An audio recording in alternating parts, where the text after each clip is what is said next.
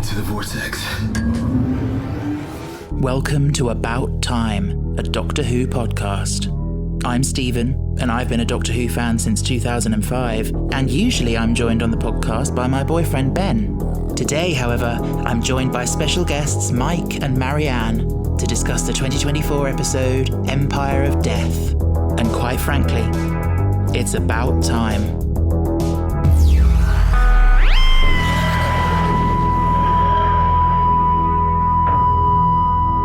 Hello listeners, welcome back.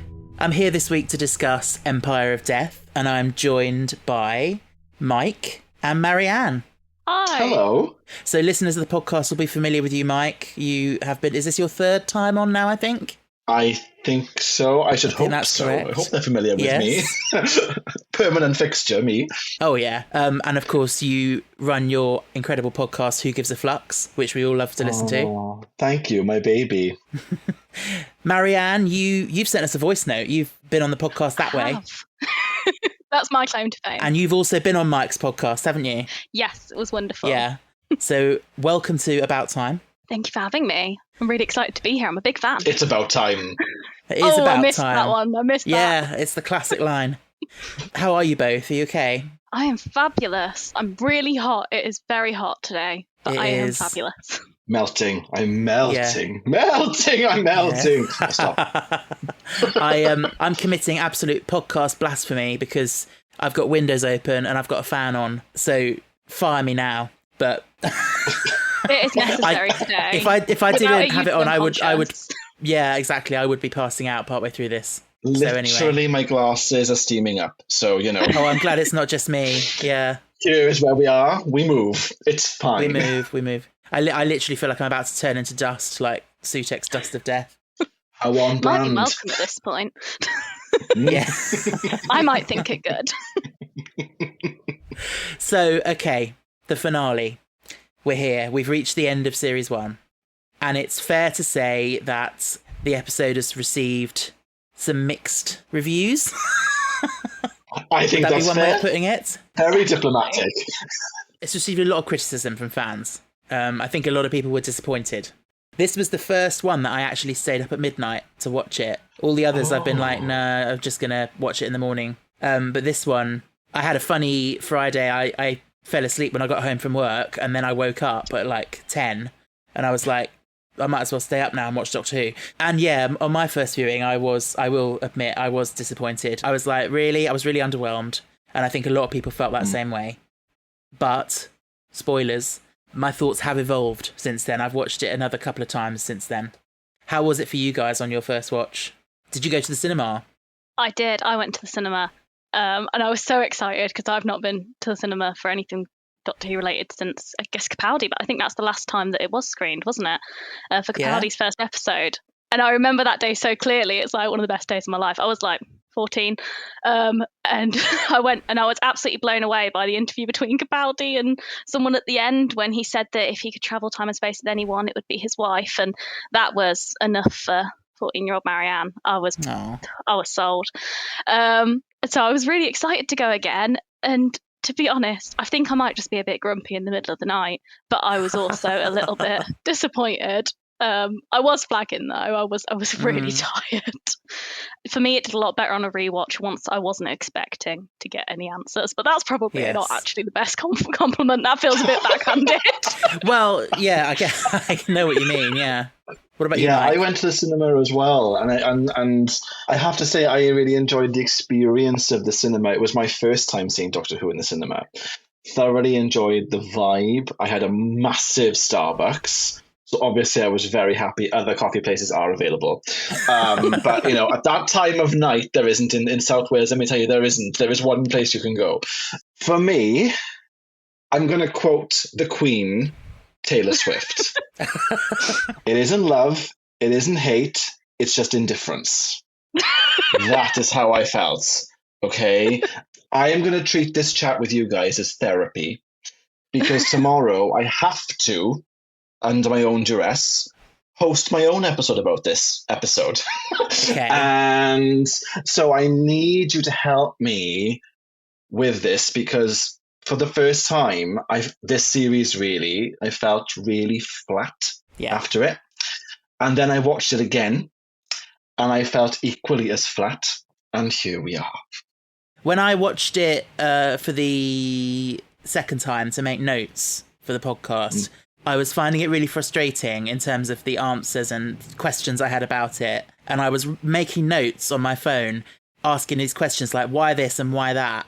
And as I was writing them, I was starting to answer them for myself. And it all started to sort of click a little bit. So when we get to those bits, we will discuss. But that was really interesting that I started off making notes sort of almost like angrily, like, why does this not make sense? And then as the process of typing it, I was almost like, well, actually, it could be this, could be that. And then I texted my friend and I was like, you know what? I'm actually feeling so much better about this now. So interesting. Let me just show you Exhibit A to my notes, because I went to write notes just now in preparation, and I wrote a lovely title, The Empire of Death. That's as far as my notes got. I watched it wanting so much, and I think that might be my problem, Stephen. I'm always coming on here talking about expectations, but we went to the cinema in the middle of the night with Doctor Who fans, like without wanting expectations. I obviously had them. Yes, of course. And then we were there in this cinema that Millie Gibson was on screen being like, oh my gosh, thank you so much for watching. Thank you so much for coming to the cinema. It was lovely. I was like, oh my God, the previous episode was so big and had such an amazing cliffhanger. And it was like, yeah. And then I was like, oh, right. Yeah, I could totally understand that. Like I said, I felt very similar. I guess the first thing that happens basically is the dust of death and everyone dies. So that was cheerful. It's a good start. Yeah. Loved it. Very effective. Amazing effect. Yeah. And to be fair, when Kate died, I thought she was dead. Maybe I'm just gullible, but when she died and she gave that beautiful talk about going with love and thanks and birds singing again, I couldn't take it. I thought, well, she's been here 10 years. They've done, and then they killed everyone else off, and I was like, never mind. But I was genuinely heartbroken for a short second.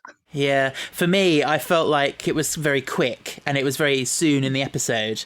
And I was thinking if they were going to get rid of her, they would give her a bit more of a send off, I think, or it wouldn't be so early in the episode. But I kind of like the idea, though, that when you have a cliffhanger, an amazing way to continue that cliffhanger is to continue it and to up the stakes again immediately afterwards. And it did do that. And I thought that was quite effective in terms of, it was quite shocking. The cinema did kind of go, when that happened and people started dissolving. But then you quickly realize that there's going to be a reset. Of course, yeah. Now, resets I don't have a big problem with, right, in general. I mean, as long as it feels emotionally, like, satisfying. Yes. And I feel like you're right. It was so early on. They all died. Everybody died. So we were waiting for a magical reset. And we knew it was going to come. And generally, I'm okay with that.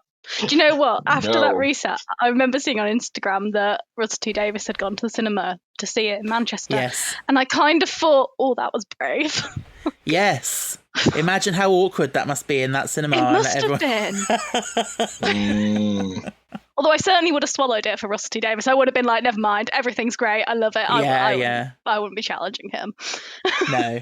I don't know if I want to say this, but it's something I've been thinking a little recently. With Russell coming back to the show, I'm reminded a little bit of J.K. Rowling, the woman who must not be named and all that.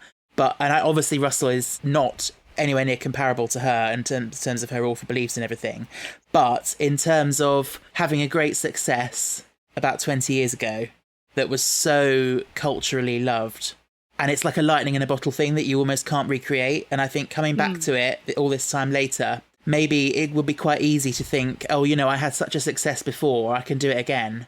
And it's almost like it's just very hard to recapture that. And I'm getting a similar vibe that like it just isn't working the same as it was before. I think that makes a lot of sense, because you can't just do the same thing, but then everyone wants the same, but then they don't. They don't know what they want. Not to say that I haven't enjoyed this series, because I really have. I think it's been brilliant. But there are certain things, like, for the first thing that springs to mind is the Ruby phoning her mum scene from Space Babies, right? Which felt like a copy and paste from End of the World, but it was done obviously so much better in End of the World, because it had all the right emotional beats and everything, whereas this just felt like a sort of, just chuck that in because it worked last time, we'll do it again. But yes. I mean, on the one hand, it's a shorthand, I guess, because we who know already can oh yeah, that's that, right, last tick, and then new viewers. Pacing has changed so much in telly, even in the last 20 years, that everything has to happen instantly now. You want a screen grab for TikTok that you can put up that's 2 minutes long that explains the whole show, and I feel like that's what that was.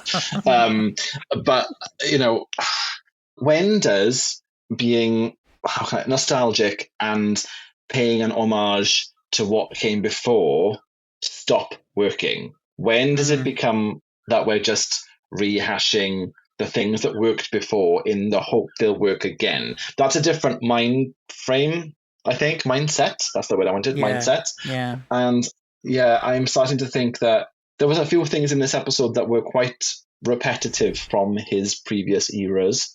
And I just, I wonder when's it going to end? When are we going to have new?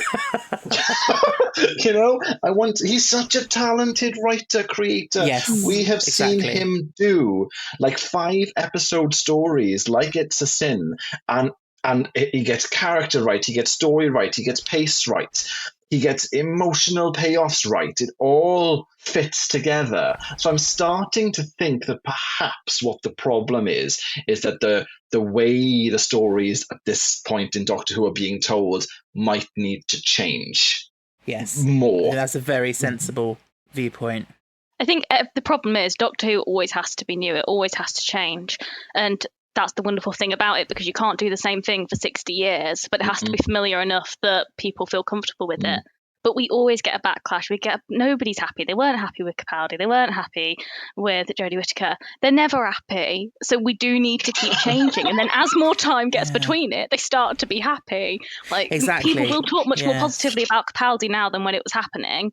And eventually people will say nice things about Jodie Whittaker, and maybe even Chibnall. Like one day, a few doctors down the line, people will look at this fondly.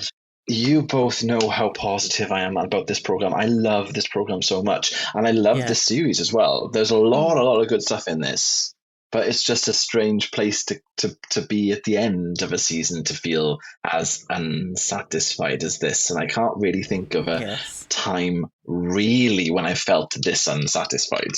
And I can't specifically put my finger on what it was, though.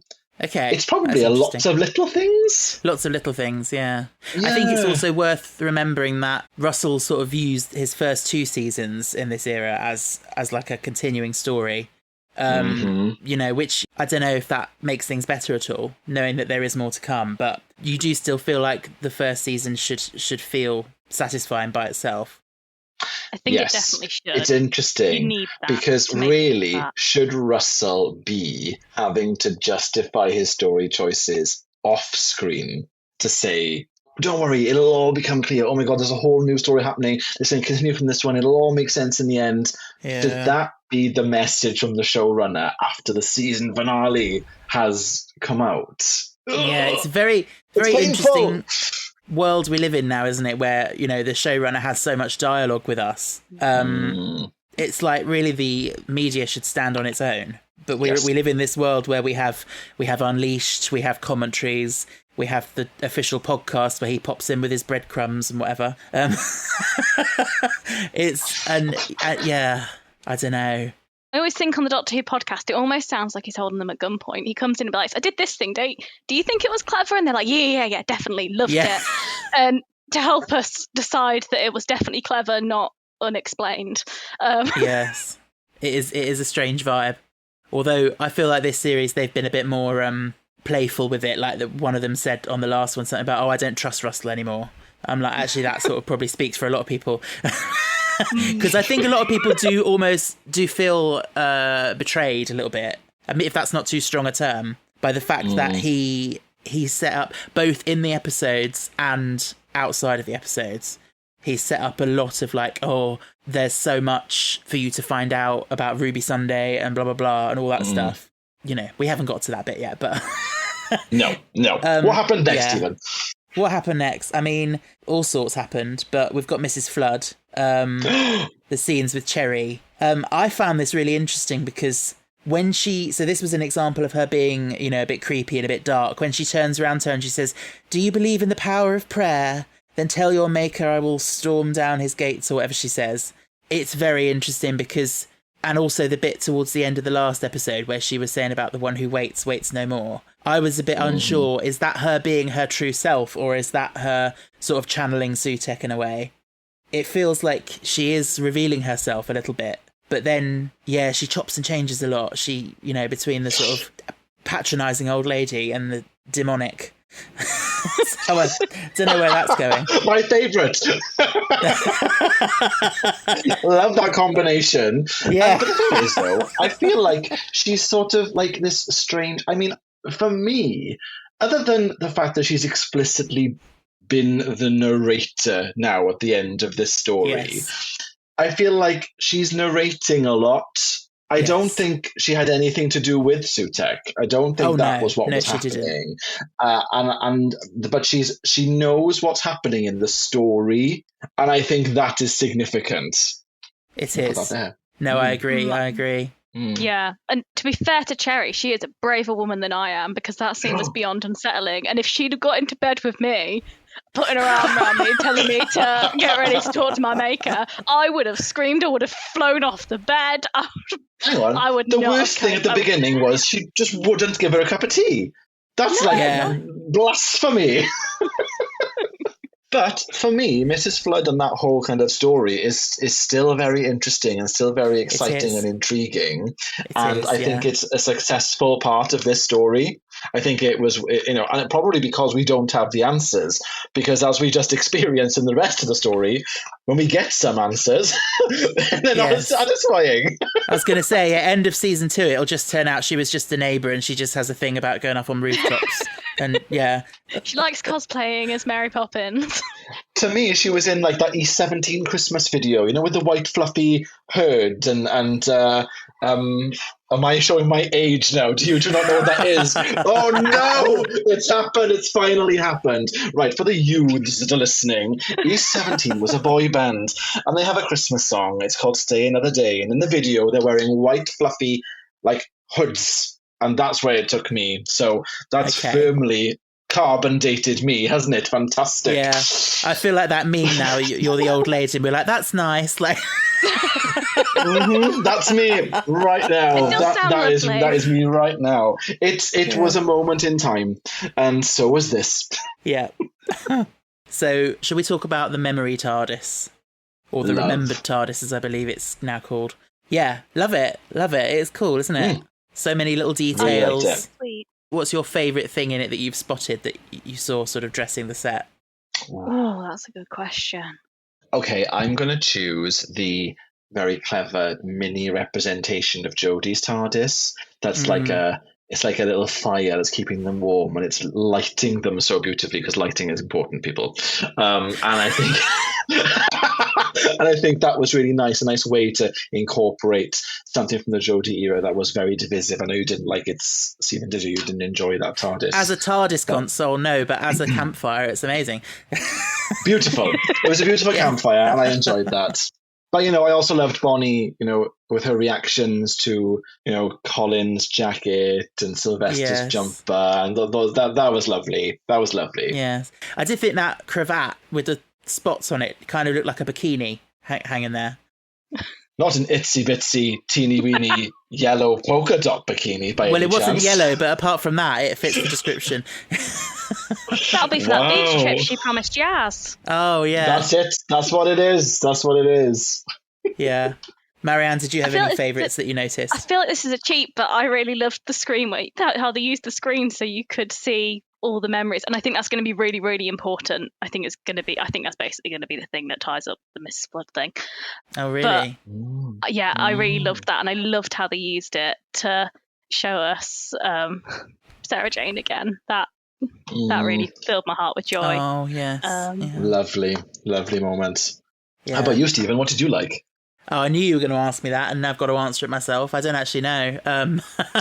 I liked the fact that you could see bits of console, like there was bits of the Eccleston console and bits of Matt Smith's first console. That was nice. Yeah. And I think River Song's Diary's in there as well, which is a nice little thing.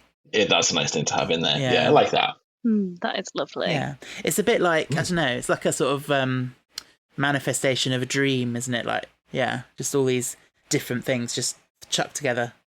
And yeah, we got some flashbacks to Pyramids of Mars, which was cool, but also quite funny that basically they're just watching a DVD of Pyramids of Mars, like for half the day. And Ruby's like, what about, who was that bloke with the hair and everything? And the doctor's just like, oh, he used to travel here, don't worry about that. Like, he couldn't admit to having once been Tom Baker. I don't know what's wrong with him, because if I was once Tom Baker, I would be telling everyone. 100%. Same. And so we find out that Sutek has been clinging to the TARDIS, and that's how he survived after Pyramids of Mars. Now. I'm shaking my head. I'm shaking my head. While fanning yourself very elegantly. Yeah, I'm fanning myself for dramatic effect. We talked about converting you, and I think I can help here. Okay. Okay, please. Okay, so I was originally a bit like, no, that's not true because that's ridiculous. But then I found the side of Instagram where people are inserting Sutek into the back of random TARDIS moments, and it's solved it for me. There's the classic where Sutek is hanging out next to Captain Jack as they fly through the time vortex. My personal favourite, where he's just sat behind Yaz and the Doctor when they're having their ice cream on top of the TARDIS. And he's got his own ice cream. Yeah. I might get that from a wall, actually. I think we need it on a big canvas. Right. What flavour ice cream would Sutek choose? These are the important questions that the listeners need to know. I feel like he'd be like a rum and raisin. I don't know why.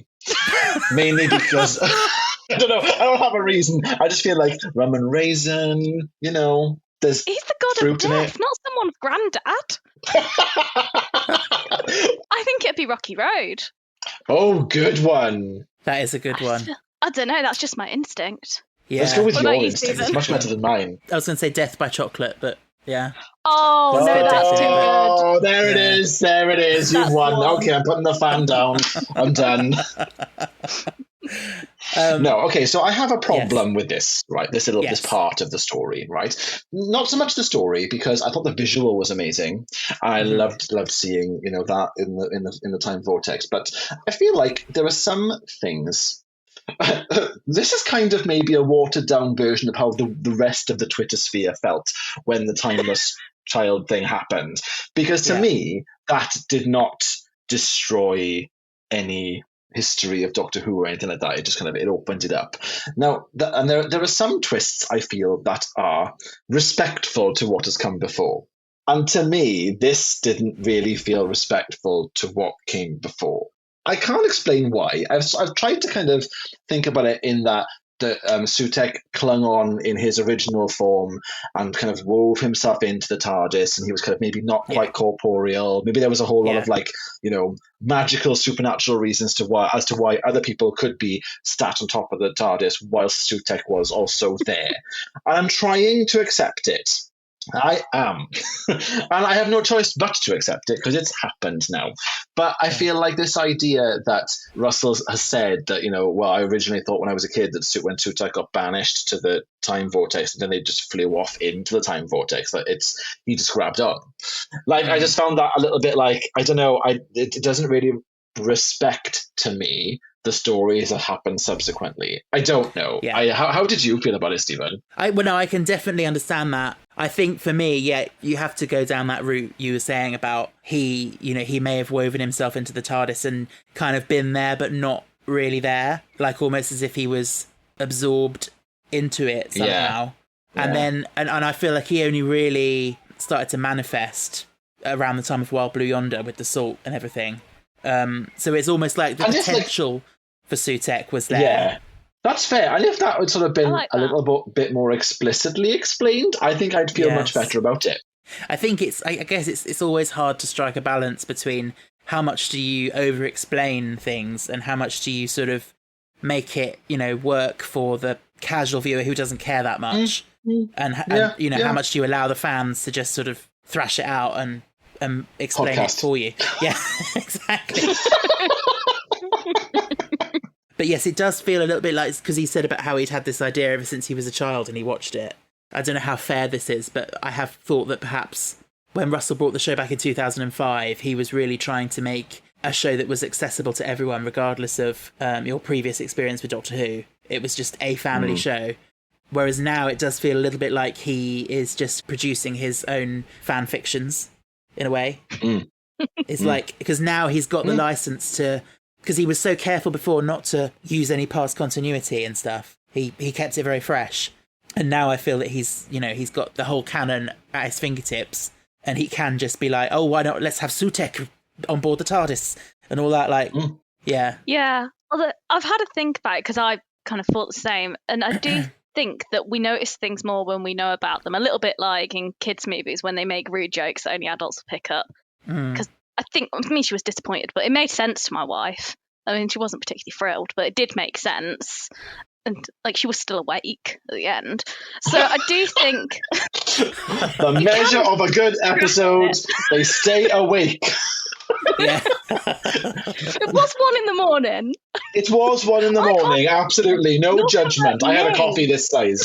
The coffee was bigger than my head. It was huge. So I get it. I made that mistake. I didn't have a coffee. I had an ice blast, and I was like drifting in and out by the time they were flying through space with a dog. It was very confusing. So next kind of big moment, I think, is the scene with the kind woman on that sort of remote place. It was a lovely scene, lovely moment. I was a bit confused because I thought literally the scene before that, Sutek just said everything has died except for those 3. So, and then we see another person who hasn't died. So that confused me a little bit. But I guess she was just the last one to blink out, sort of thing. I thought it was a very sad and sweet scene. Yeah. I think when she said that her baby died and she forgot, that did get me. That did really get me. Yeah. I mean, it was a little bit random. The spoon took me out of it. The metal didn't need to be a spoon. Having it be a literal spoon took me out and made me think we were going kind of all robots of Sherwood. But I think it was generally sweet. But it just could have just done with being something that wasn't a spoon. I don't really get what we need. I get you. But at the same time, when I saw the spoon, I thought, well, the previous Doctor made their Sonic out of the spoons from Sheffield. That's a good point. And I was like, oh, do you know what? I like that little nod. It probably wasn't that, but to me, that's how it felt. So I was okay with it. I felt like it was more of a nod to Sylvester McCoy playing the spoons, but it probably was. It probably was. I did actually think that scene, though, you know, when he was walking through that dusty planet and there was into that kind of tent, it reminded me of at the end of series 12, where the Doctor and Ryan Yaz and all them are fighting the Cybermen, and there's that kind of one guy left in that tent by the kind of divide where he thinks they're going to go through the portal to the kind of to be saved, and the other side of it is actually Gallifrey. It reminded me of that place and moment. But I think it was a successful scene. It was really emotional. I feel like I would have liked to have seen that actor, whose name I don't know, who's marvelous in Fleabag. I want to see him doing more in everything that she's in because she's so amazing. So I thought, it's a shame she came in. Yes. Did a day with Shooty and didn't have to do anything else. That's a bit of a shame. It's not to say she won't come back, you know, but as somebody else. But I thought it was a nice scene. But it also was sort of like, I get that we needed to see. I guess they must have felt we needed to see the devastation more than just them sitting in the memory TARDIS with a bit of sand flying about outside, exactly, you know? Yeah. So I get that we needed to see it. It makes sense. When I was watching it, I did wonder, you know, is she going to be someone significant? You know, is she going to turn out to be Ruby's mother or something? I expect a lot of people felt that way. Whether that was a deliberate misdirect, possibly, I don't know. There's a lot of deliberate. Yeah. There's a lot of deliberate misdirects here, Stephen. Yeah. There's a lot in this season of very deliberate misdirects. But we'll get to that. Like that misdirect at the beginning when Millie Gibson gets up on the screen and tells us we're going to have some answers. Yeah. We had seeing Roger Ap William again, talking about the DNA testing, and then that being something that they could use to track down Ruby's mum. Right, I have a problem. Okay. Not you, Mike, surely. I'm so sorry to be this person. Right, okay. First of all, I really liked 73 Yards. Okay, I really liked it. And if you've listened to Who Gives a Flux available everywhere now, you will know that I really enjoyed it. And the thing is that I liked it because it was its own little bubble episode, and it's unexplained and marvelous. I didn't want anything to be pulled out of that. The mention of the fact that the perception field of the TARDIS is 73 yards distance, I like.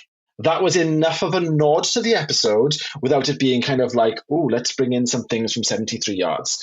But the Roger Ap Gwilliam stuff. Now, if the DNA was on file in 2046, why wouldn't the ambulance in Boom have access to that information? Ooh. Now, I know the ambulance avatar was Susan Triad or Susan Twist, which one it is, Susan. But the database surely would have had that if that had already happened. Have I poked a hole? You have. Yeah. Wouldn't be the first time. And it's not the first time you said that. Oh, I'm sorry. But no, genuinely, I couldn't understand then. Because I was trying to think of a time reason as to why this wouldn't have happened. But the doctor says that he was there at the overthrowing of Roger Ap Gwilliam. He developed the software for the DNA. That's why he was able to hack, the sciencey bit. So if he'd done that in 2046 already, then surely by Boom, that information would have been there. Mm. I don't know.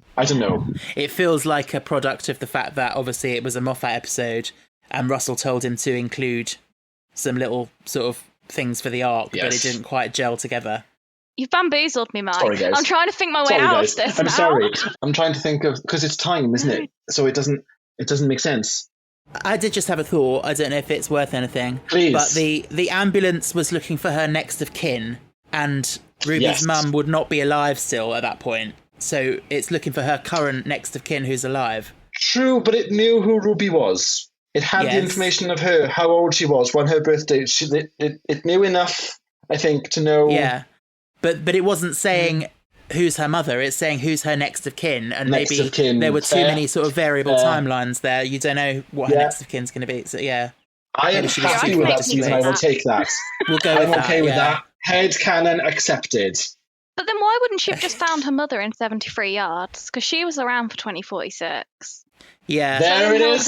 Everything else has been ruined. Why not at least have her mother? And the doctor could have, at any time, taken her forward to then and done the DNA testing. But in 73 yards, Ruby lived through 2046. Did she stop the DNA testing happening by deposing Roger Ap Gwilliam before he could bring it in, maybe? Okay. Yeah, probably. With the creepy woman. Okay, fine. Headcanon accepted. Yeah.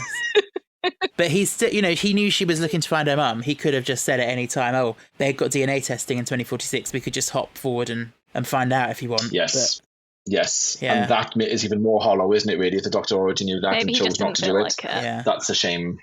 Actually, I have a theory. Oh. Mm-hmm. I've got a theory. There's a scene at the end, and now I'm skipping slightly, soz, but the doctor outside that cafe with Ruby and saying, like, your mum, she made a choice and she's had time to come and find you and she hasn't, is it right that we come in kind of like storm in here and do this? And I think it was a really, really interesting, important scene. And I think it said a lot about sort of like the doctor's mentality as well at that point. And I don't think he's just talking about the fact that he hasn't gone back to see Susan, because that has been brought up quite a lot. And it is a major, fan plot question mark. And I get it. So he's sort of saying about this, the context is there, but I think it's also about his origins. He chose, when he was Jodie, to put that fob watch into the TARDIS deep where he cannot find it unless he really asks, and that's a choice he made. Now he's met Ruby, who then just walks in anyway, and he's like, oh. And then when he's crying after he sees them meet and it's joyous, I feel like he's realizing that actually maybe he should be considering A, going to see Susan, and B, maybe actually looking into who he was before, maybe knowing that can be joyous. And I think that was a really nice moment. So I think that perhaps him not taking Ruby to 2046 is a bit of a selfish Doctor thing to do. To be like, if she finds out and she's happy with that, what can I hide behind? Yeah. I get what Maybe. you're saying, and I like it. I kind of see it as him respecting it, kind of that, like, advocating for that autonomy of her mum. Okay, fine. New headcanon. Everything is fine because the Doctor's well versed in trauma-informed practice in the adoption triangle. Good. I'm glad that RTD thought of that. Clearly.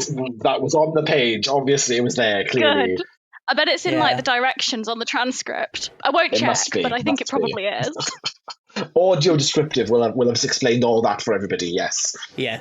While we're talking about that decision to go and meet her, I was wondering when I was watching it, would the episode have been better if she had chosen not to go and meet her? And I could see that as an alternative version of the story, as in, like, she finds out who she is, but there's no need to connect with her. But I suppose, do you know what I'm saying? Funnily enough, I think Russell of like 20 years ago would have made that call. I think the way he told his stories back then would have been, let's go for the bittersweet. Let's go for the tinge of sadness to keep everybody sad whilst being melancholy. I think that's what he would have gone through. But this time around, he chose to make the joyful choice, which I think is very interesting, because I think that's what this era of Doctor Who, this new era of Doctor Who, I mean, is it does about. Feel very Disney, without wishing to be disparaging. It like, it does, the fact that, she found her, she went and met her, it was a joyful reunion, it was all emotional, it was happy. I'm sure it could happen that way, but in many times it's not going to happen that way. If you do find the parent, like, she could have been really angry and upset, she could have been whatever, but that's the choice they made. I mean, that scene was beautiful. Oh, it was. It was so beautiful. It was so well performed, and they really looked alike. I thought the Millie and her mum. Honestly, the eyes, 100%, and the way the kind of the pacing of it all to the payoff of the name being called, and then Ruby making the call to finally say like what she wanted to say. I thought that was perfect. That was stunning, and I loved that. And I may have teared up in the cinema. Just putting it out there. See, I do have feelings that are positive sometimes. I do think it was really good. Beautiful. Yeah. You just know that guy was standing there with the cappuccino for ages, though. Poor guy. Oh, it's going cold. Yeah. Mike, was part of your disappointment with the episode to do with Ruby having been built up to be something mystical and mysterious, and it turning out that she wasn't? Right, here's the thing, and I'm going to be very contrary to my own self, my own brain, because this is how my mind works. I think it's only right and true that Ruby's mum be, for want of a better word, ordinary. I think that is the right story call. It always was. It was a story I wanted to happen. It was a story I expected. It's a story beat that I'm very happy with. She should be normal, and there shouldn't have been this mystical, what is Ruby? Is she another child of the toy maker? Blah, blah, blah. No, she's not. She's an ordinary person with an extraordinary history and family history. And it's an interesting emotional, I love that ending. That was great. My problem is the things like the fact that she was wearing a cloak. The fact every 15-year-old has one of those, Mike. Why didn't you? The Traitors wasn't out in 2004. Do you know what I mean? Halloween Maybe I'm just jealous. It was only a couple of months after Halloween. She probably still had it. Perhaps I'm jealous of not having had a cloak. It could be that. But then, the power of the memory, I kind of get that idea that the memories have power because we're giving them power. That's a really interesting story idea, actually, and I'm quite happy with that. And then how the Doctor was remembering that moment and how the memory changed, and she turns around in that rather epic sweep. I'm a very big fan of an epic sweep, and she points to the Doctor or the TARDIS or to Sutek, or to the lamppost, which wasn't there in the Church on Ruby Road, but it was there in Empire of Death and the one before, the Legend of Ruby Sunday. And then for the road sign, which is on the lamppost, to flicker into existence at the end when the Doctor's giving that speech, which isn't really a memory, he's just saying it, and it happens. And then Ruby is so pleased that her mum named her, even though her mum doesn't. She points to a lamppost, turns round, and walks away. At no point did her mother name her Ruby. Like, I didn't. She wouldn't have been named then Ruby because a cloaked woman pointed at a lamppost. Yes. And that was all built to be a spacey, wacy, timey-wimey, magic-y reason. And it was built up as this epic question. And we've been asking it for weeks. And I mean, look, fandom has been speculating like mad about who Ruby's mum was. Like, it's all we've been, not all we've been talking about, but hugely what we've been talking about. And, you know, is she the Doctor and River's daughter? Blah, blah, blah. It went wild. And I know it was supposed to, it was designed to make everyone talk and go wild. But I think it's successful if the payoff is worth it. So now I know I'm contradicting myself because I love the fact that the mum was ordinary and that story was how it was supposed to be. Love. I didn't love where we were being led. Yeah. And this is what I said earlier. This wasn't like a red herring. This wasn't like a clue that we could take one way but has gone another way. It wasn't. It was just fan wank. It was trolling us. It was just making the fans go wild and giving us stuff to talk about to stoke us up. And then being like, no, this is the answer. And we should have seen that was the answer all along based on what we were given before. Yes. But I don't think that was how that was set up. No, I'm going to stop speaking now. What do you guys think? It was not executed well. And it is annoying the fact, you know, a good mystery, you should have all the clues as you're watching it. You should be able to work it out if you're looking at the right things. And the fact that it does feel a bit like being cheated, that the lamppost wasn't there in the church on Ruby Road, and all those things. It does feel like he sort of made it up at the last minute. So that is really they didn't even bother to lie. They just magicked it up on screen in front of us rather than just having it there in this episode and pretending it was always there. Yeah. They literally did it in front of us. I think what really annoyed me, and I know you touched on it, but was when Ruby was like, oh my gosh, my mum named me. She named me Ruby. No, she didn't. I work in children in care. Like, she did not name her Ruby. And she's going, I thought it was the social workers. It wasn't. It was Carla would have named her. Carla had her as an emergency placement. Carla would have named her when she adopted her. And if not, then she could have picked a whole new name when she did. Like, nobody, but Carla knows that, and Ruby should know that. The great mystery of this season wasn't why Ruby's called Ruby. She's called Ruby because she was left on Ruby Road. Yeah. Done. Mm-hmm. Like, that wasn't the mystery I needed answering emotionally. It wasn't a point. You're completely right. We didn't need to know anything else about that. So that felt really like I was eye rolling. My whole body was eye rolling at that point. Because it was, and I was supposed to be like tearing up and being all like warm and fuzzy, and this is so lovely. And I felt hollow. And also, I'm still not entirely sure why Sutek couldn't see her and who she was, and why that was such a big deal for him. Yeah. Yeah. Like, who cares? Yeah. Like, yeah. Russell said in the Vision commentary that he was like, why is there a 15-year-old in a cloak? I don't know. I wrote it. I don't know. But I like to think that it's time, like shrouding her, like time or something magical is shrouding her in darkness so that we can't see because the story needs that to happen. Because they specifically said in the previous episode that the Doctor was like, he was like, oh, that's more than just a glitch. It's like she's shadowed or something. And it was like there was some reason why she was hidden. But she wasn't. She was just wearing a cloak. But with that black cloak, I was fully convinced that this sounds ridiculous. I really thought it was going to be Jodie Whittaker from her reveal video. And I had it up before we went to the cinema. I was showing it people. I must have been really unbearable that day. I was showing people and I was like, look how clever I am. Yeah. Now, that would have been quite satisfying though. Well, and that would have been really cool. Yes, because it's a very explicit nod to the wonderful past that was the Chibnall era, and I'm not being sarcastic there, even though a lot of you think I am.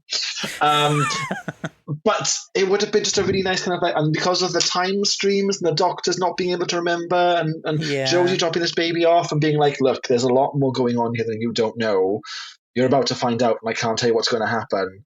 And all that kind of epic stuff. That's how that was built. That's how this story was built up. For it to be River Song, for it to be Susan. It really was built to be that, and Yeah. that's why I have a problem with it. I think because, but I don't think there's anyone. There's no one that it could have been who would have been satisfying for me. I think it. River. No. No, I love River, but it would just be like, why? Like, I think it was the right. We'll find out later on. I think it was the right call for her to be ordinary.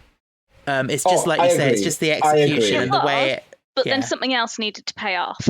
For this to be the answer to Ruby, something else had to pay off so that we left feeling okay. Yes, exactly. I think, and it certainly didn't need 18 minutes for them to do it.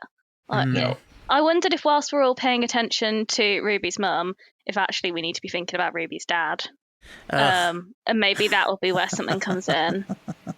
Don't, because people are already saying, I'm sure, oh, Ruby's dad is the master or whatever. I don't know who he's going to be. I think he'll be. It's just a something, bloke. because I don't really understand why the Doctor would run off. Yes, it is just a bloke because her mum was just a woman. That is what's happened. But at the moment, what I saw last was Roger Ap William is that Ruby's brother? Because his name is it sounds like William. So is it because her dad's called William? I love it. Honest to God. A lot of people were also questioning why was she able to make it snow and stuff like that. And on first viewing, I was a bit confused about that. But I think on multiple viewings, it works for me because it's not just the power of memory alone. It's the power of memory fueled by Sutek's curiosity as a being that's been sort of exposed to the time vortex all this time. And he was sort of unintentionally making it happen. And he had that power as the being that he was. Mm. I have more thoughts on that, actually, on the nature of Sutek and what kind of being he is. Okay. Because he calls himself the god of all gods. And these other beings, like the Toymaker and Maestro, have called themselves gods. But they're not. I don't think they're actually gods in the sense that we would understand that. I think they are something from outside the universe that we know. And they are very powerful beings. But they are fallible, as we know. And I think that's what... So, we're going to talk now about the defeat of Sutek and sort of dragging him through the time vortex, which looked amazing, by the way. Looked amazing. It did. It was beautiful. Do you think so? Yeah. I thought it looked dreadful. He was like... I quite liked the Sutek design, but when he was flailing around in the time vortex, I was really... To be fair, in the cinema, I was kind of like in and out of consciousness because I was falling asleep at that point. But, I just think he looks really odd, kind of with all his paws. I like him when he's close up and like spinning the TARDIS round. Yeah. Maybe I'm in the minority then. I like both, to be fair. I think it looked cool. Him dragging along. But what I was going to say was because on first viewing, I was a bit like, oh, really? Is that how they're going to defeat this incredibly powerful god by attaching a leash to him and dragging him through the time vortex and all that? But I think it was on my third viewing, I was thinking about it and thinking, actually... You know what? He says he's a god, but he's not a god. He's just a being. He's just a powerful being. He's mortal. And it sort of ties in with Ruby when she drops the screen and she's like, you great big god of nothing. It's like, you call yourself so powerful, but what are you actually? Do you know what I mean? That's and viewing it like that, it's like it's so undermining for him and humiliating for him to be leashed and dragged along like that. And viewing it like that has made it really satisfying for me as a moment. Yeah, no, I'm with you. I get that. I follow that train of thought completely. I think that it's a bit of a weird, ironic thing that. Okay, putting the magic rope aside for a second with the magic gloves. I'm just going to put them aside for a moment. The pulling the monster into the vortex to let him be destroyed by the vortex is brilliant because there's only a certain level of monster that you would need to do that to. You know, like Jodie smashes open the TARDIS to try and attack the flux with vortex energy, and it does nothing. So it's a really important, like big beast of a villain, and I thought that was really successful. It's just that Sutek looked like a dog. They put the leash on the dog and took the dog for a walk in the time vortex. Now, the problem I have with that is that if it wasn't a dog, he probably wouldn't have done that. He probably wouldn't have leashed it to the TARDIS to take into the time vortex. So it needed to be a dog, to be a leash, to be the kind of thing that Doctor Who would do to a giant demonic god dog. So it had to happen that way, if you get me. But it also was cheesy. But you know what? Doctor Who always does this thing where it does death with cheese. Yes, It does do that. Death with cheese. I keep on trying to think what's going to be the title of this episode when you put it out. I know, we've had many I've given you contenders some so bangers, far. right? I know. I am giving you some bangers tonight. But no, I just feel like it does do the kind of the whimsical silliness with the big epic, stuff very, very well. And I loved Sutek in the Time Vortex. I loved destroying him that way.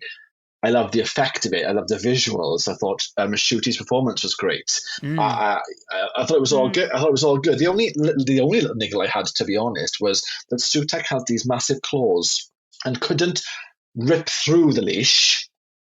But then I suppose if he did, he would have floated back and killed himself anyway. So I'm just undoing my own thought. But then, like, the TARDIS door was able to just chop it very neatly when it shut.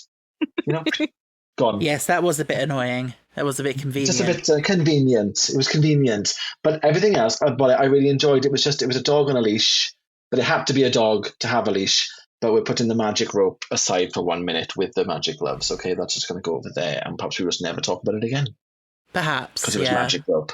Intelligent rope. Intelligent, magical, timey-wimey More rope. intelligent than the gods. Yeah. It looked like a bungee cord. It did look a bungee cord. It did. But bringing us back to sort of like a really, really cool, wonderful moment was when Ruby put the leash on the dog and dropped the screen. I loved that. I was like, yeah, yes, Ruby. Yes. She was so strong fucking in that go, girl. moment. I loved it. I love that. I love that. Yeah, so good. I mean, realistically, Sutek had plenty of time to kill her while she was doing that, but... I do have another question to pose you both. Oh, go on. Because I think that this is interesting, and I don't know whether this is me going. I've gone down a rabbit hole here too. You know how the Doctor flew Sutek through the time vortex and brought death to death in order to bring life wherever the Doctor has landed that TARDIS. He's brought life back to the universe. Are we thinking that Russell has just undone the devastation of the flux? Ooh, I think so. Yeah? I do, yeah. I think that's quite a nice way for him to do it in a way that doesn't feel like he's undermining Chibnall, because it's not like it's explicit. No. But he's just like gently cleaning up. Yeah. Quietly. I think it's quite clever if that's what he's done. Yeah, if that's what he's done, I think that's really clever. Yeah. I like that we're making up clever things that he's done to reconcile what it was like to watch this. Oh, well, yeah. Yeah. No, I like that idea. Yeah. Just a thought. It's a shame, isn't it, that we all had such a difficult time with this on the first viewing. Some of us are coming to terms with it quicker than others, I would say. But what gave you that impression? It's funny though, because I've seen some really wonderful reactions online, like on TikTok, and responses to the episode and reactions whilst it's happening, and some really lovely tweets and things about the episode. So it really has divided people. There are people out there that just really enjoyed it and loved it as well. I'd be very interested to see and hear from people who aren't Doctor Who podcasters. Yeah, what they thought of the episode and how satisfying it felt, and how the season felt as a whole. And that would be a really interesting conversation to have with somebody, because obviously we are here as big fans of the show, and we are having to come around to what happened. So I just wonder. Maybe in 2046 we'll hear what Ben thinks. And then we'll all be happy. Eventually. I don't even want to think about how old we're going to be then. Absolutely she'll not. Wife in. Shall I get her in here and make her tell us what she thinks? Yeah. I think that's the thing, isn't it, though? Because we want to love the show. And I do love it. I've actually really loved this series. Yes. I just think it needed a stronger ending to work. And they didn't really have enough time to do enough episodes that made up for having a not so strong first watch ending.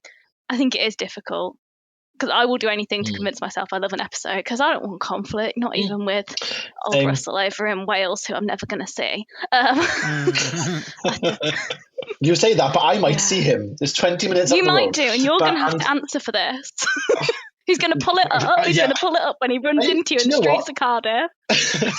He's going to have to answer to me too. I've got some questions. Yeah. You tell him. Like, I will. Can you imagine? Oh my God, there's sort of Welsh stuff happening. But the thing is, it is difficult, and I feel like I got a couple of things to say. Stephen, please bear with me. I'm ever so sorry. I'm talking a lot for somebody who didn't think they had anything to say about this episode. But this series has been really strong, and I've really enjoyed it. And I say that with incredible sincerity, and I really do mean that. I do question why we are even having Dr. Light episodes anymore, full stop. Why is that a thing? It didn't feel like a thing in the Jodie era. I know we had them in the Capaldi era, but I think they were done very cleverly and that you didn't really notice that they were there and they were happening. So I understand that the first one happened because Shruti was still doing sex education. I get that. And then we had another one. So I do question why we're having them anyway. And I feel like in a season that had only 8 episodes, or 9 episodes, including the special, we didn't have a lot of time, you're right, to build this bond with these two characters, to get to know them as well as we would like. But at the same time, I revert back to what I said earlier about the fact that we've seen Russell write a 5-episode story and it to be magnificent and for us to get everything we need to get from it. So we know that he's capable of doing that. So this is where I'm kind of leaning into the fact that we need to stop maybe using that phrase, that kind of, not excuse, but for want of a better word, excuse, that we haven't had enough time with these characters for this story, because we should have had enough story in the episodes we had and enough emotion. It should be the other way around. So I feel like it's time for, after series 2, because too late, it's already shot. But I think it's time for us to change the way that Doctor Who is told. If it's going to be streamed anyway, if it's catching up with everything else on tech TV and on streaming services anyway, and it isn't going to be what it used to be, maybe it's time to change it completely. What do you think? The fandom won't like that. They don't like change. I don't like change. I've sat down every Saturday at tea time and watched. No Have change you? here. No. Yeah. I can't do anything else. Okay. I cannot deal with it. I've avoided spoilers all day. I've had my dad over because that's who watched Doctor Who with me as a kid, and we've sat down and watched it. I love that. But no, I do get what you're saying. I think he was writing as if he had 13 episodes, and he needed to change the writing to reflect that he had 8. Because yes, with 2 Doctor Light episodes. What he had. Yes, he chose what he had. Ultimately, we're saying, oh no, poor thing, he's only got these. He was a large part in this. He has a voice in it, and actually he knew this is what he had to deal with. Again, I'll be denying all of this should I meet him. When you meet him, yes, absolutely. When I meet him. But I do think he could have considered it. Yeah. But having said all that, this season was amazing. I really love this season. Genuine. I know that I'm coming from a very negative place right now, but this is therapy. This is what has to happen. It has to pour out of me like this for me to kind of work through my feelings. We're glad to support you through it. Yes. Thank you. I appreciate it. That's what we're here for. I knew you two would be the right people for the job. Yeah, 100%. So we had the scene where everyone was coming back to life, the big reset and everything. The scene with Mrs. Flood and Cherry coming back to life and sort of laughing and hugging each other was interesting, especially after she'd been so creepy previously. And there's also, as the camera's panning down, there's a light flickering above them. Did you notice that? And I was like, is that deliberate? Is there a reason for that? And they even mentioned on the commentary, they just were like, oh, yeah, there's a light flickering. That was a weird glitch, but we kept it in. And I'm wondering, was that them trying to throw us off? But who knows? We'll see. Yeah. I didn't notice that, but actually now you say it, that kind of fits with right, this sounds a bit odd. I'm piecing weird bits together, but as Mrs. Flood comes in earlier in the episode, the radio's going, a storm's coming, and then she talks about there being storms, and then at the end she's out there with her umbrella, and then there's that kind of light flickering, which feels a little bit lightning-y to me. So Mrs. Flood is the god of weather. That's my theory. That's what's happening. That is what's happening. Oh my god, She's flood storm. As well. That works, doesn't it? Yes. Yes. Oh, and there was me with I'm my glad I've theory solved of that for us all. flood equals rain, and rain is an anagram of Rani. I mean, that's a good one too. You know the actual the bringing back from the dead. Like, I know I spoke earlier about it being like a magic reset button, but it wasn't like it was undone. It was undone in terms of the story. It was, they were brought back to life, but they all remember being dead. They all remember that it happened. It actually happened in the story. It isn't like the rest of the world will never know. They actually did remember, and I quite like that. That's a good change. I enjoy it. Yeah, and Kate even references it. She talks about what it was like for her, that she remembers glimpses, and that just makes it. I did find it interesting as a comment to make. Yes.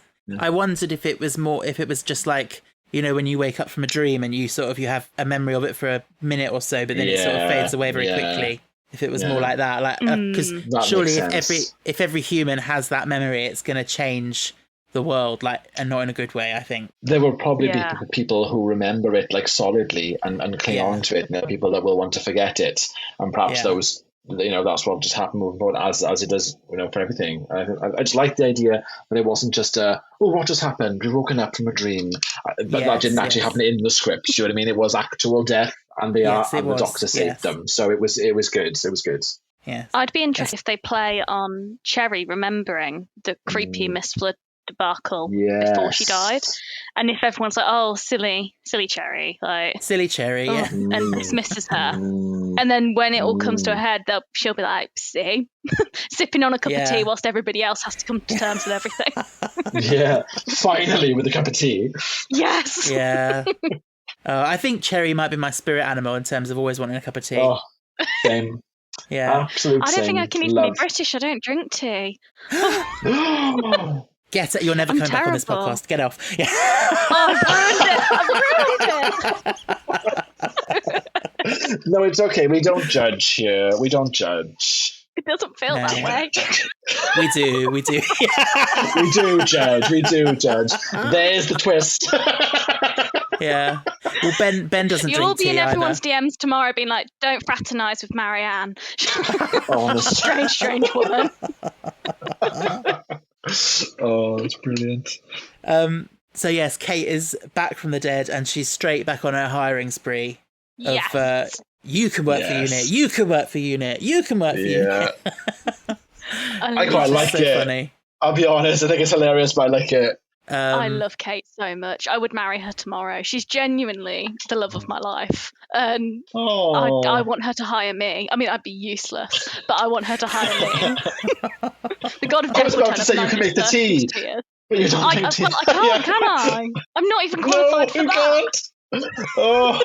Oh dear. This is so Mind you, all these adopted children they're dealing with, now they're doing family tracing at Unit, and maybe they need a social worker. So this is your calling. This is your way in.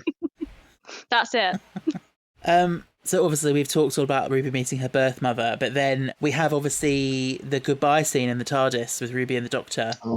And it sort of is presented as Ruby's story is coming to an end for now. We know she will be back in the second series, but they're taking a pause. And part of me wonders why it had to be such a big goodbye scene, and almost like why the Doctor couldn't just say, okay, well, I'm going to hop forward a month and then pick you up again.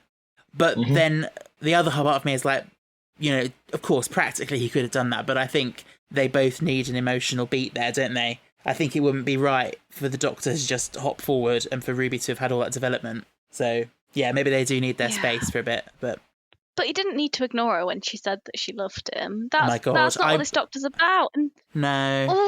I wish he'd said it back, because it would have been such growth from previous Doctors who couldn't be open with their emotions. Because he does love her, we know that. Yeah. For him to say it back. I thought, when she walks out of the TARDIS and then there's the thud of the TARDIS, I thought that was going to be the thud and then the engines stop and he was going to open the door and say it. Oh. That would have been so nice. Oh, I'm getting that would have emotional been just nice. thinking about it. Oh. But he didn't. He just flew off. Oh, surely someone can make an edit of that to soothe my soul. They need to do that. That's beautiful. But I think that for me, like in that moment, the Doctor's sort of dealing with his shit. I think at that point and being like, look at what Ruby has achieved, doing what she set out to do, and I have intentionally not done that. And Ruby's made him face what he can't face in her time there, and he does say that in a way, doesn't he? And I feel like that was what he was talking about, that maybe family is more important and deserves to be revisited, and origins need to be revisited. I don't think Russell's going to go down that route. I don't think we're going to go anywhere near that story, but from an emotional point of view, I think that was quite a nice moment. So when he couldn't say "I love you," I feel like he was just holding all his emotions in for a minute, because he just couldn't. Otherwise, it would have been a dam that broke. And to be fair, he did break down after she left. Yes, it's also interesting from the commentary as well to note that it was in the script. After she leaves and shuts the door, he was going to say it. Yeah, so like he couldn't say it to her, but he could still vocalize it for himself. Yeah, but they decided I to would cut have it. liked that. But I also didn't get when she was like, "You could stay," but you don't do that. And I was thinking, but he does. The healed doctor does. He goes for tea at Donna's, and I don't know. I feel like he would, and they've changed their mind. Yeah. I don't know why he couldn't have waited another day. I don't understand why it would have killed him to wait a day while she nipped out and saw her dad. Yeah. I just don't think it was that deep. But I get it. He's a busy man. But I think that Ncuti's era started out with the intention of him being, he's healed. He's so like open with his emotions and everything. Almost as if he's turning over a new leaf and he's ready to be this person. But almost maybe this series has shown him that he's not quite ready to be that person. He is falling back into old habits. Like that moment at the end of Rogue where he tries to be all like positive, but actually he's not dealing with how he's feeling. I could accept it's like that. old habits. Agreed. It was only a matter of time before the man pain comes back. It'll start trickling through. If there's no drama without the pain, is there? There has to be emotional turmoil for the Doctor. It was just, like you said, Marianne, it was an odd choice. It was an odd choice after the development of this Doctor this season for Russell to make that the decision for the Doctor at that point. I didn't fully buy it either. But they needed it for the drama. They just needed it for the drama of Ruby going and the Doctor carrying on alone. But at the same time, having already announced to everybody that Ruby's back next year anyway. So I was the same as you, Stephen. I didn't fully get why it had to be such a big emotional send-off. It could have been a goodbye, a farewell for now, but whether it needed to be that level of emotion, I don't know.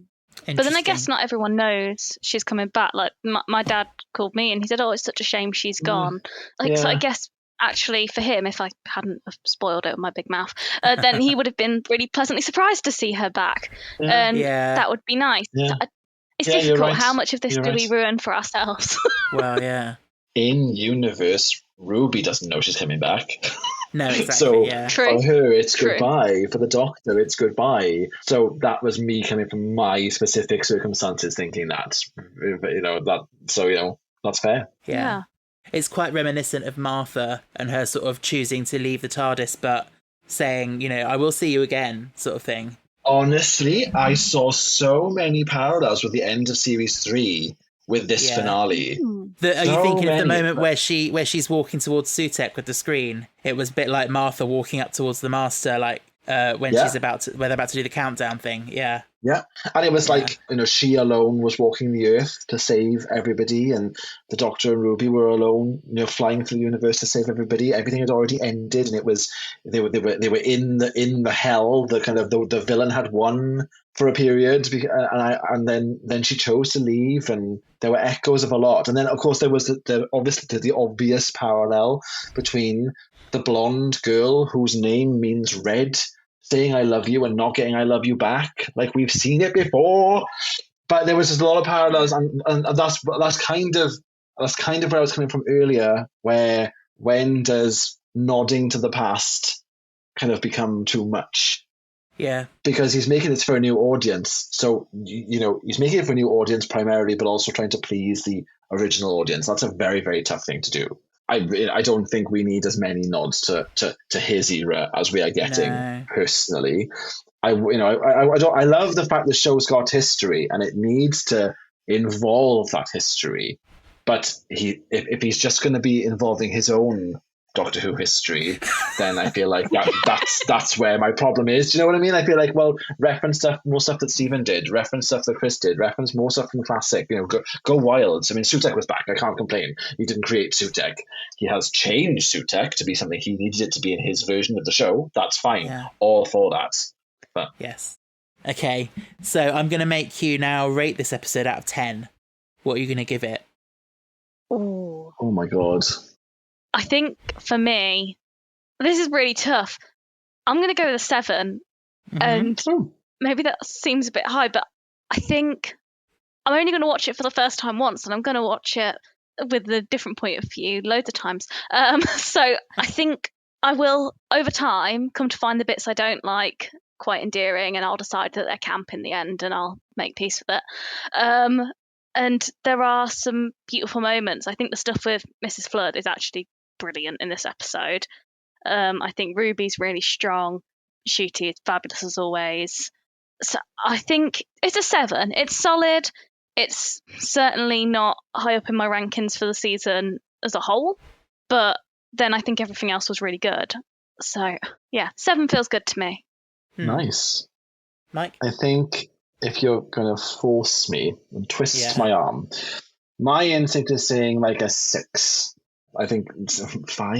No, 6. 6. And there is good stuff in here. There really is. I'm not denying that. It's just really, it's a really interesting place for me to be in personally, to have watched it 3 times already and still feel a bit like, oh, I'm not growing to love this any more than I didn't the first time round. But there's some really good stuff in there, and I can see why some people would really enjoy it. Totally. I mean, we haven't even spoken about Mel. I thought Bonnie Langford was absolutely fantastic in this story. I thought she was a real beacon. I just thought she was great, and I can't wait to see more of Mel, because I think she is back. I thought even her story alone taking us through was a really fascinating, interesting one, and she did it so well. Yes. There's just a my niggles by now. So I'm gonna stick with a 6, which is probably the lowest score I've given a Doctor Who story for a very long time. Yeah, I was gonna ask, like, what would be off the top of your head an example of an episode you've given a 5 or below? Fear Her. Say no more. Yeah. Straight away, didn't have to think about it.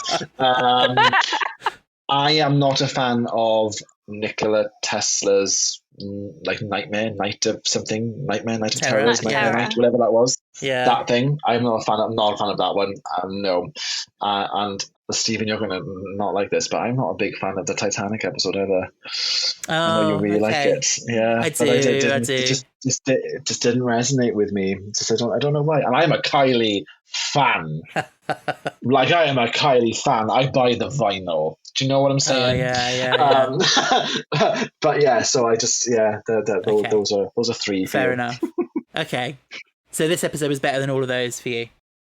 So in terms of a rating, then I'm going to sandwich myself between you two, and I'm going to say 6.5. Okay, fair.